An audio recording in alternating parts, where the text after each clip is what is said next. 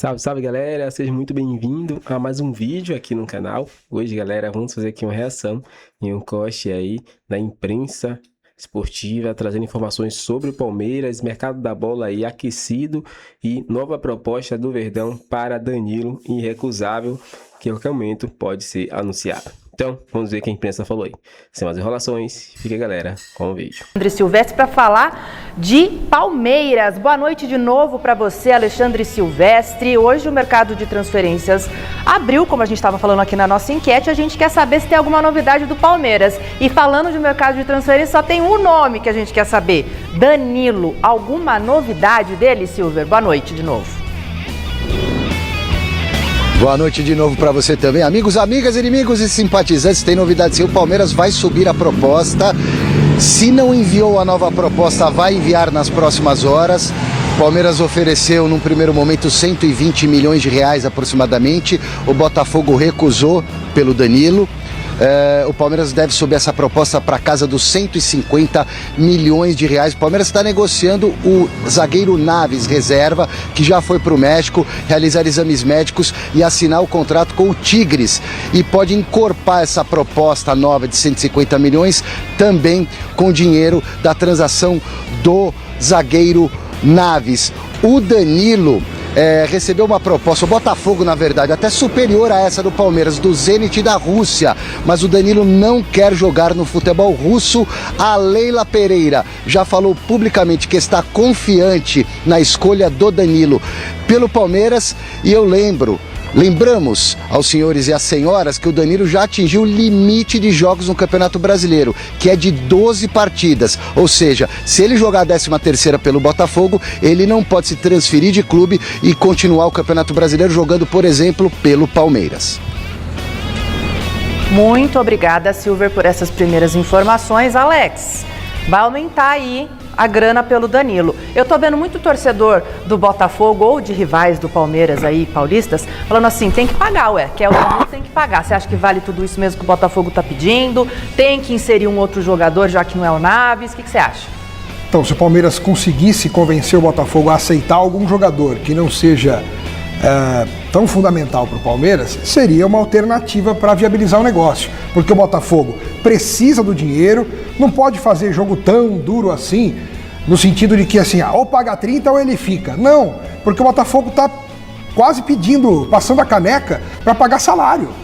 Então tá bom, quer 30, mas no final das contas, se não vierem os 30, mas vierem 25, 24, nós estamos falando de 24 milhões de euros, não de reais. É uma grana para lá de 120, 130 milhões. Ele vale isso? Ah, vale. O Danilo hoje vale. Ele poderia até valer mais se tivesse tido uma participação mais efetiva na Copa do Mundo. E essa era a expectativa do Botafogo. Como isso não aconteceu, então ele parou mais ou menos nesse valor aí. Quando o Palmeiras vendeu o Danilo para o Nottingham Forest, foi por 20 milhões de euros. Aí ele veio para o Botafogo e agora o Botafogo, para negociar o Danilo, que é a maior moeda que ele tem nesse momento, até para resolver problemas financeiros, ele quer tentar conseguir o máximo possível. E o Palmeiras também está na dele de negociar. E tem essa semana de limite aí, porque domingo que vem o Botafogo já joga pelo Campeonato Brasileiro. Se ele jogar, o Palmeiras não pode mais contar com ele no Brasileirão. O Palmeiras, Marina, tem esse desejo pelo Danilo. Tá claro, o Abel quer contar com o jogador a todo custo, não é? Ele pertencia ao Palmeiras, numa negociação acabou saindo e agora o jogador tem o interesse de voltar, o Palmeiras também e o Botafogo tem a necessidade de vender. Então, talvez, quanto mais se aproximar do final de semana, que encerraria a possibilidade do negócio em função do Danilo entrar em campo ou não, eu acho que a chance do negócio acontecer, ela pode ser boa para o Palmeiras nessas bases. Fora isso, se o Palmeiras sentir que não e achar que tem que colocar mais uma quantia em dinheiro aí, ou tentar viabilizar um jogador, eu acho ótimo, né? Agora, eu não faço conta com o dinheiro dos outros, não. Eu vou muito no aspecto técnico. Seria excepcional a contratação do Danilo, me daria uma paz, uma tranquilidade para que o meu amigo aqui, o Alex Miller, parasse com essa choradeira de que o elenco do Flamengo é melhor do que o elenco do Palmeiras. Você estava com saudade de voltar às competições, para você ouvir ele falar de Abel Ferreira. Por isso que estou na torcida, porque de repente é um assunto a menos para que a gente tenha que estar sempre auxiliando, dando o ombro ao Alex Miller. Mas eu já falei, aqui. Eu dou minhas opiniões baseadas naquilo que eu vejo e o que eu acho. Perfeito. Então, quando eu tenho que criticar o Abel, a Leila, o jogador, eu venho aqui e falo. E quando eu tenho que elogiar, eu também elogio.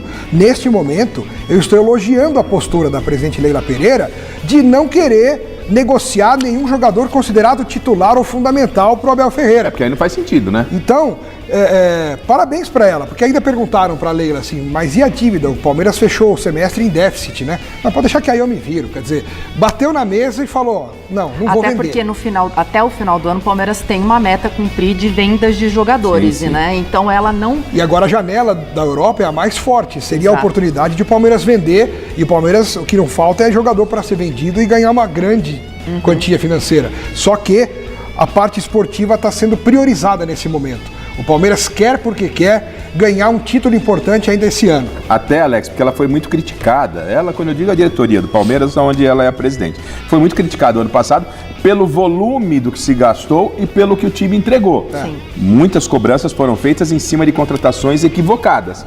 E aí o Palmeiras modificou o perfil, não é? Vem trazendo jogadores que chegam para ser titular, que é o caso do Danilo.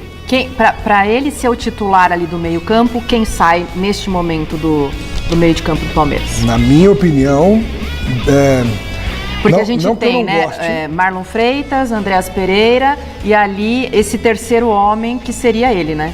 Eu acho que o Danilo entraria com os dois, não tiraria um dos dois. Sairia o Alan. Aí sairia o Alan para manter Flaco Lopes, John Arias e Vitor Roque. Para mim esse seria o time. Ainda você tem no banco o Alan, Paulinho, Maurício, Felipe Anderson. E aí você tem um banco também de qualidade para poder ajudar o time durante os jogos e ao longo da temporada. A Marina, como boa repórter e boa apresentadora, ela faz a pergunta, mas quem sai? Obviamente alguém tem que sair para ele entrar, mas eu não vejo com essa preocupação de quem sai, porque o Palmeiras está Campeonato Brasileiro, está numa Copa Libertadores, está numa Copa do Brasil. O que você precisa nesse momento? Elenco. Sempre gira, né? Sempre gira. Então, se você não tem o Danilo nesse jogo, você volta com ala.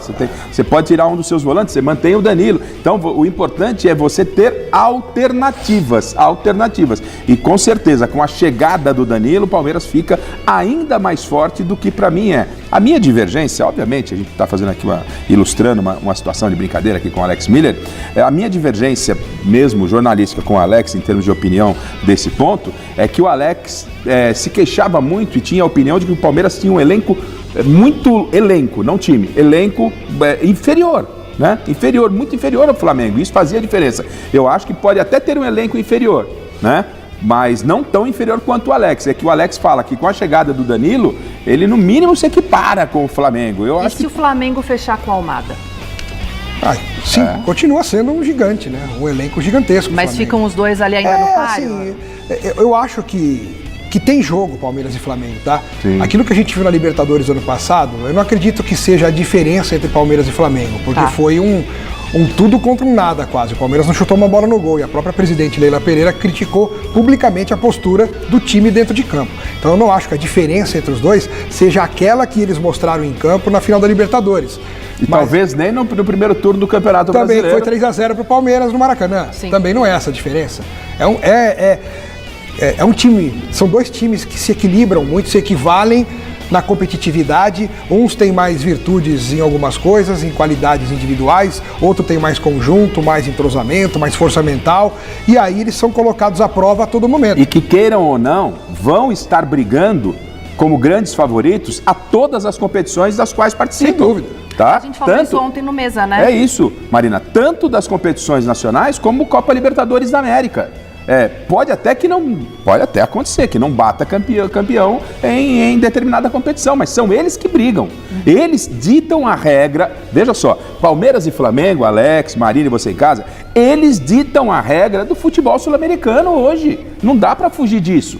Não é? Eu vejo dessa forma. E se chega o Almada no Flamengo, chega Danilo no Palmeiras, só ganha futebol sul-americano e especificamente as equipes. E mais, em vez de a gente falar da comparação entre os dois, a gente pode falar da diferença dos dois pro resto. Tá. Porque se chega o Almada pro Flamengo e o Danilo pro Palmeiras, a diferença para Cruzeiro, Fluminense, sei lá, os outros que estão aqui, ó, Bragantino, Atlético Paranaense, Bahia, Curitiba, fica ainda mais abissal. Então, os dois realmente polarizam as disputas que eles participam, seja uma disputa nacional, no caso brasileiro e Copa do Brasil, ou internacional, no caso da Libertadores da América. Individualmente falando, tem uma posição que me preocupa ainda no Palmeiras, independentemente da chegada do Danilo, que é a lateral direita. Começou. Que é a lateral direita. Eu falo pra você. A lateral direita do Palmeiras me preocupa, porque o Giai evoluiu, o Giai melhorou, principalmente na marcação, tanto é que muitas vezes ele é utilizado taticamente como um terceiro zagueiro ali pela direita, e ele faz muito bem essa função. Começou a ganhar confiança e evoluiu em relação ao momento em que ele chegou. Só que o Kelvin perdeu completamente a confiança.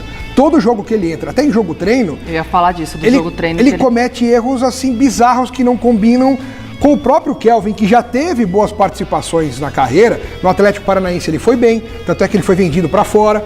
No Palmeiras, os primeiros jogos do Palmeiras ele não foi mal, mas ainda não estava maduro no ritmo. Tinha Marcos Rocha ainda na sombra do Mike, do Marcos Rocha.